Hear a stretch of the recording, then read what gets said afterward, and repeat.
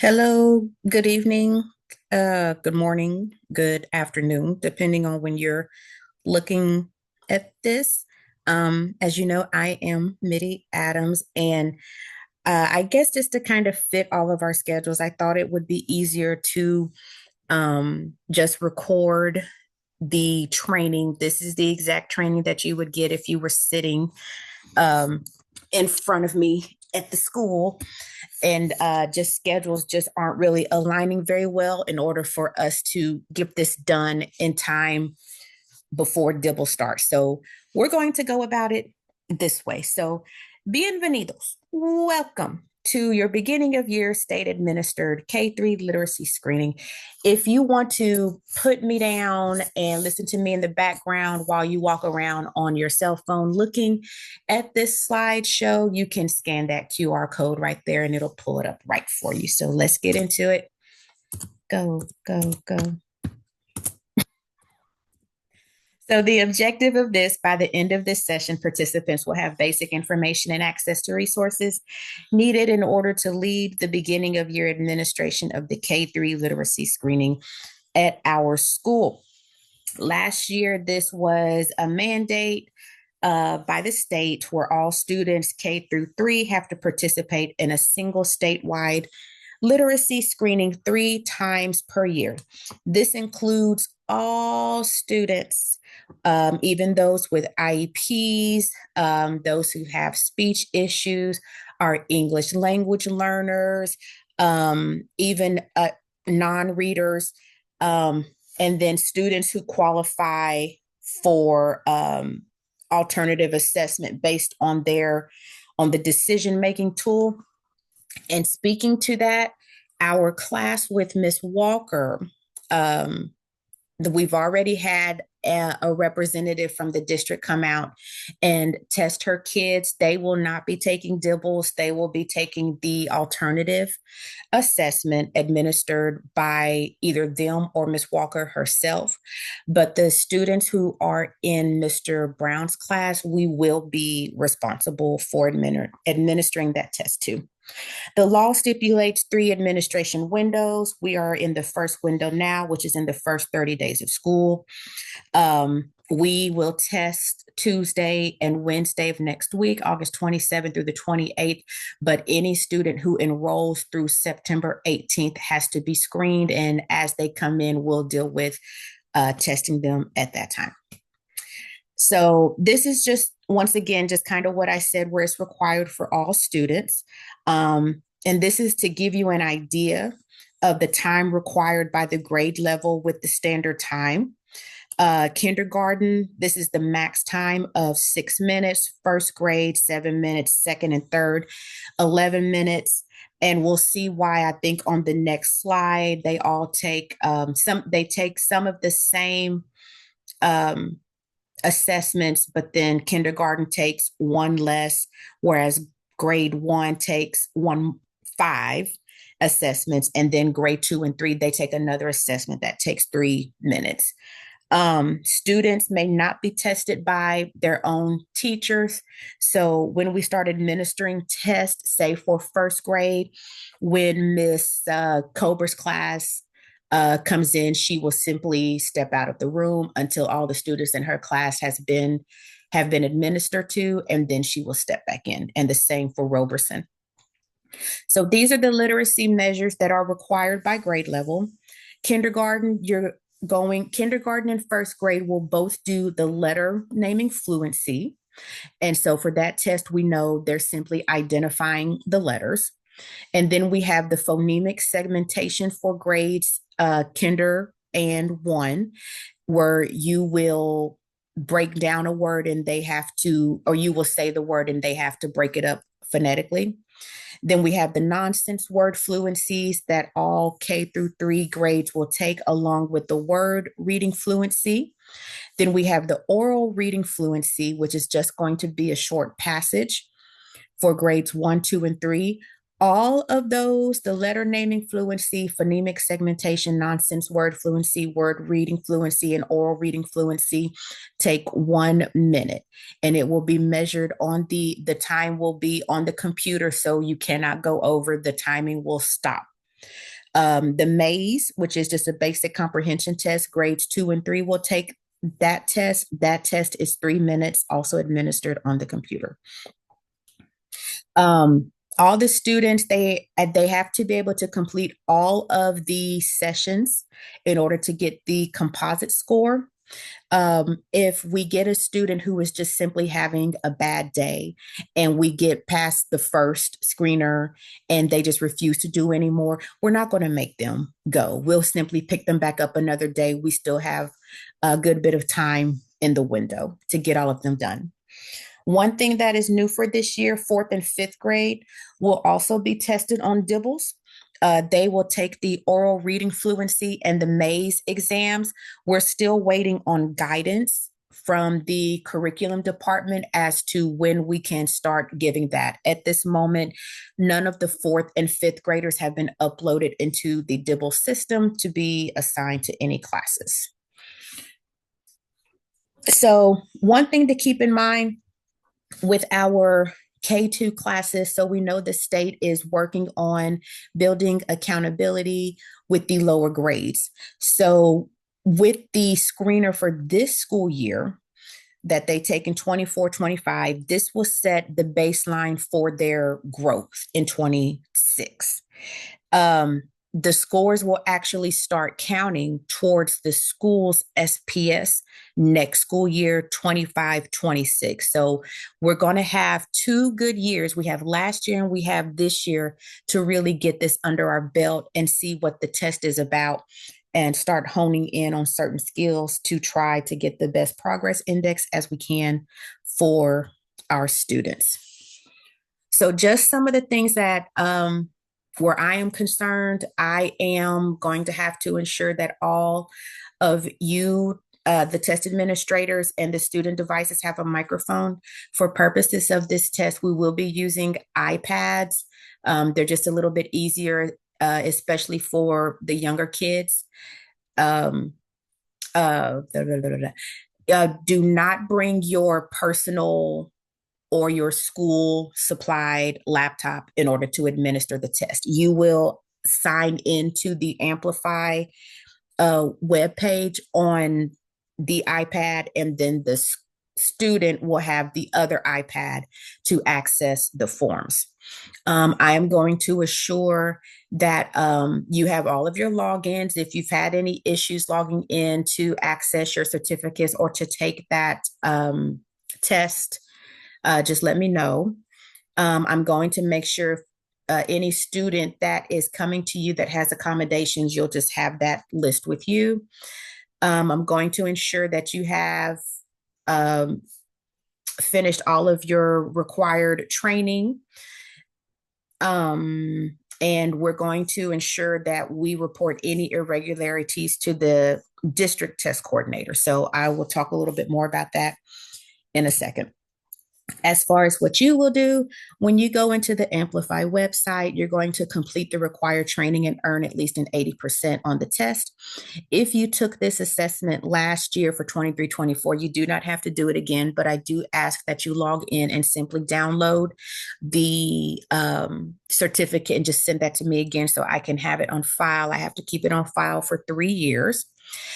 Please read the test administration manual thoroughly. It's a good thing that we actually have the paper copy this year so that you can actually highlight it and, go through it and use that in correlation with the website to see the videos of the administration taking place.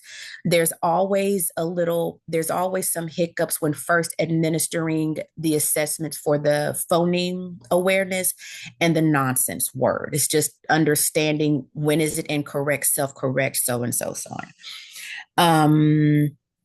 We're going to, if you do not know any students, make sure that there's a method for ensuring that you are administering to the actual correct kid that is in front of you. It is an irregularity to test the incorrect kid. We're going to follow all of the test security protocols in the test administrator manual and report any testing irregularities to the STC. And this is just the chain of communication. Any issues that you see, During testing, you will submit that to me. I will submit that to our district test coordinator, who is Mitzi Nix. And from there, if it is not something that can be handled at the district level, she will submit it to the state, the LDOE, and they will take it from there. Test security, this is basically the same as what we hear all the time with LEAP, but I will read it here just for purposes of it being said. So BESI policy regarding test security for all state administered administrations must be followed during each screening administration. The State Board of Elementary and Secondary Education holds the test security policy to be of utmost importance and deems any violation of test security to be serious. Only persons trained in test security and proper administration procedures may administer the test, and all directions in the manuals must be strictly followed. When you are giving your assessment, you're going to get very sick and tired of reading the directions over and over and over again, but we must do that. Even though it is beginning of year, we cannot assume that someone is not going to come onto our campus to see what we are doing. So this is just a list that includes violations of test security. And again, this is something that we're all familiar with, but administering tests in a manner that would give examinees an unfair advantage or disadvantage. In other words, even though you may be behind the camera from the kids, don't sign language anything to them.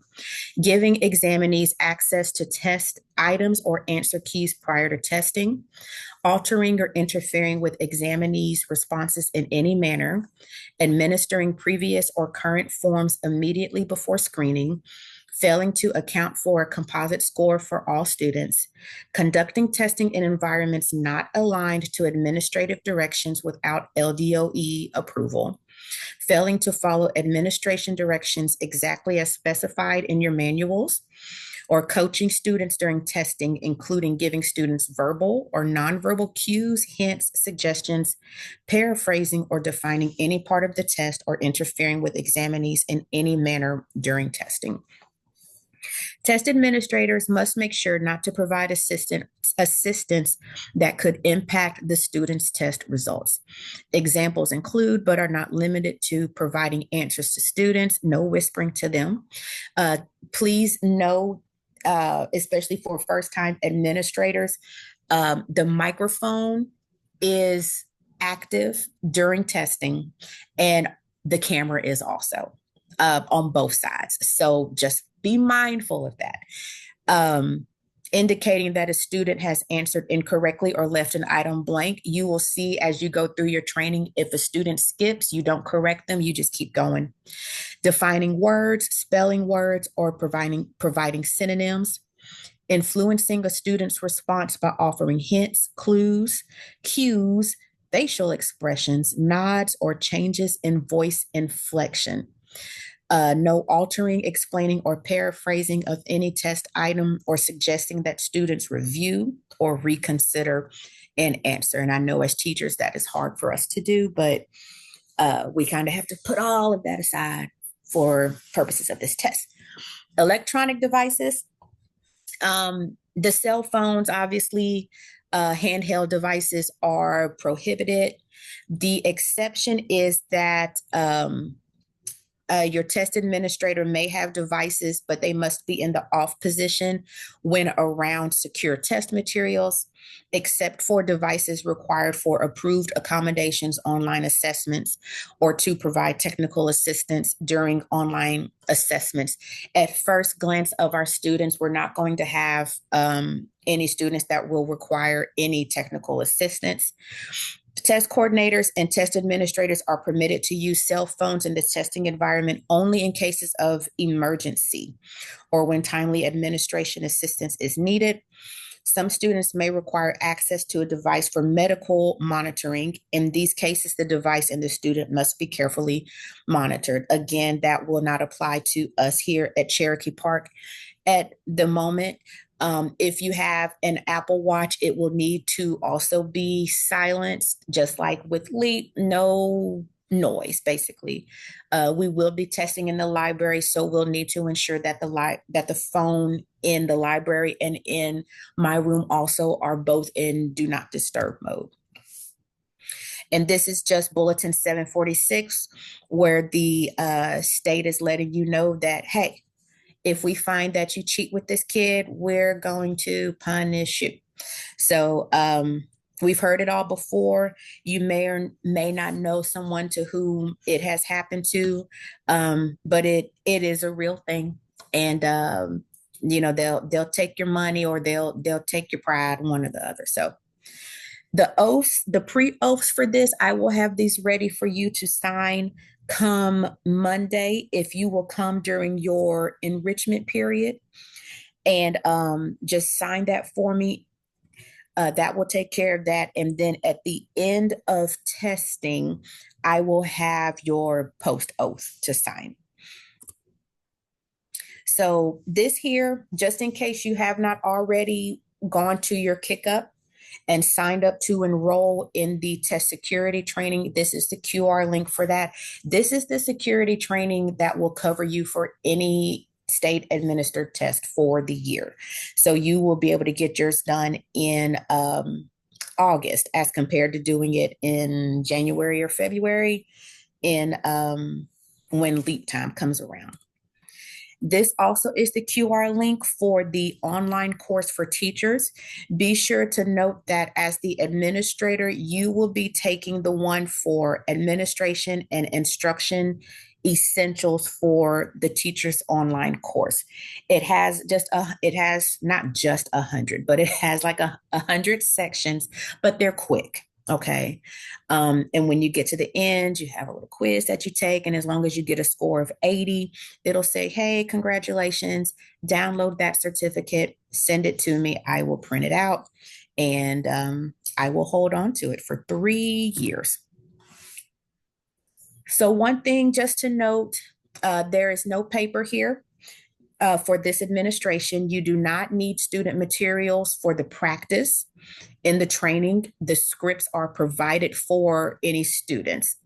If you would like to access student materials to practice, you have your directions right there. You can log into your Amplify account, click programs and apps, PD library, explore, etc., etc. And that is just really good, like I said, for the phonemic awareness piece and the nonsense word fluency, because it's easy to get tripped up on those.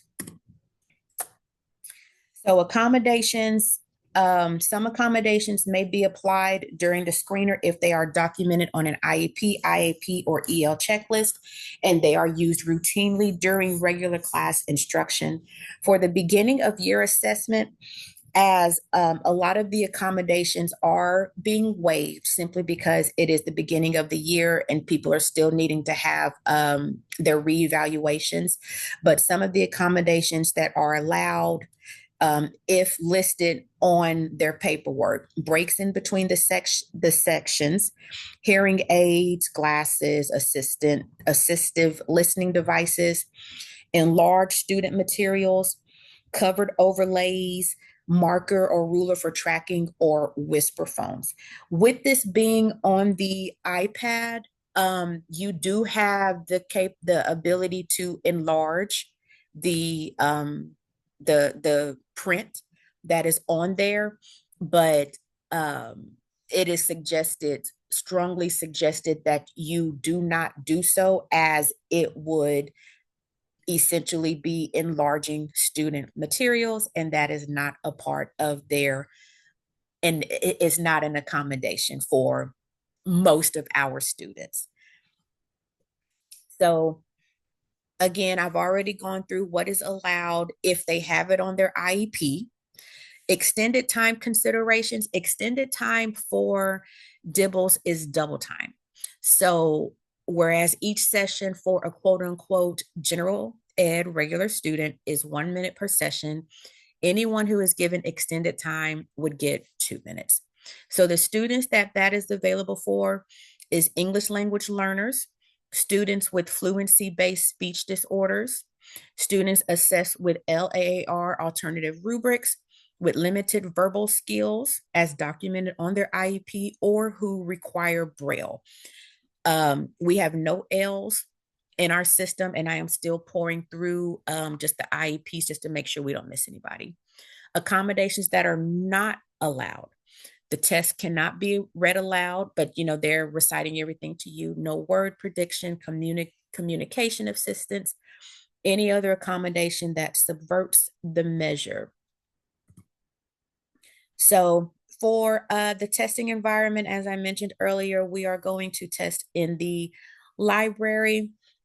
This is just going to be easier because we can accommodate several students at a time.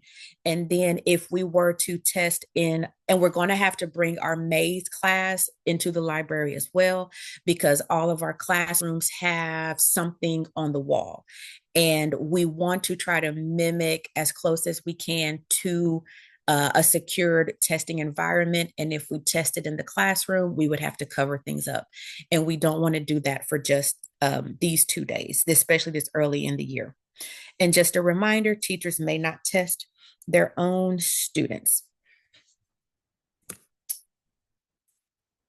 Let me see.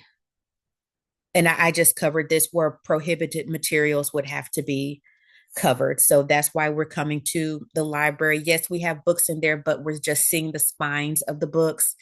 The students will be sitting at the tables in the middle, so they won't have just direct access to those materials.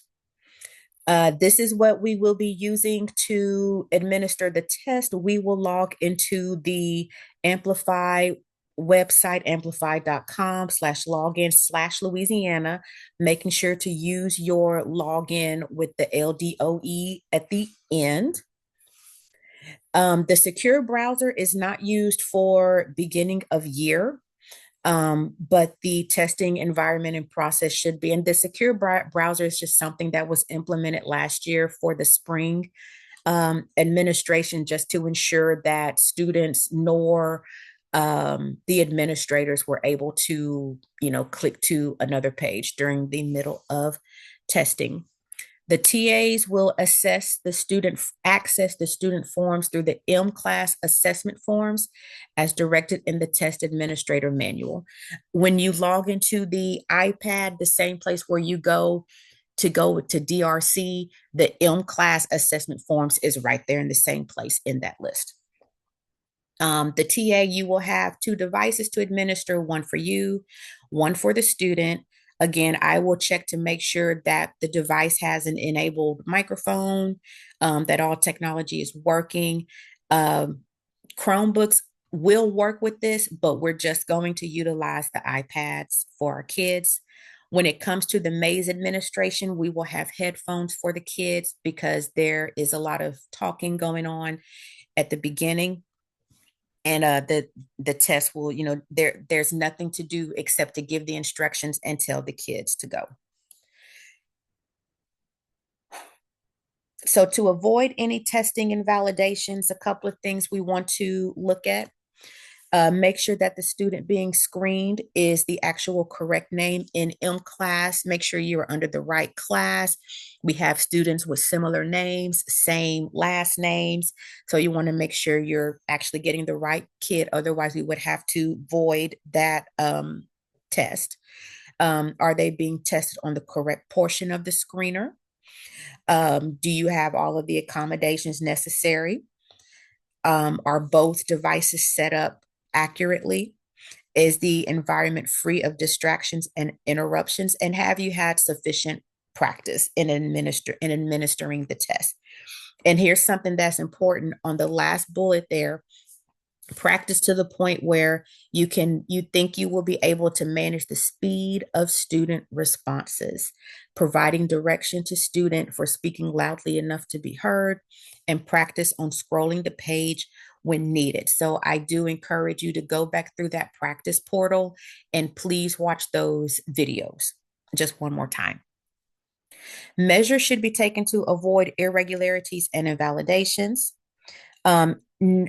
At the top of each session, there is a button to discontinue the test, which would invalidate the test.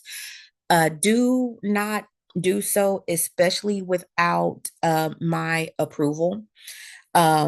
If we do get to that point where we have to discontinue a test or submit an irregularity form, please note that the irregularity must be recorded on the student admin log, which you will receive for each student. This includes if there are any restarts, the computer freezes, or any glitch that requires the TA to log back in. Basically, this is something that is beyond your control. The invalidation must be completed in my presence, and then I will submit those to Mitzi Nix, who would then send them on to the LDOE. Um, a student test will be voided if there is an instance of cheating, misconduct, or an administrative error.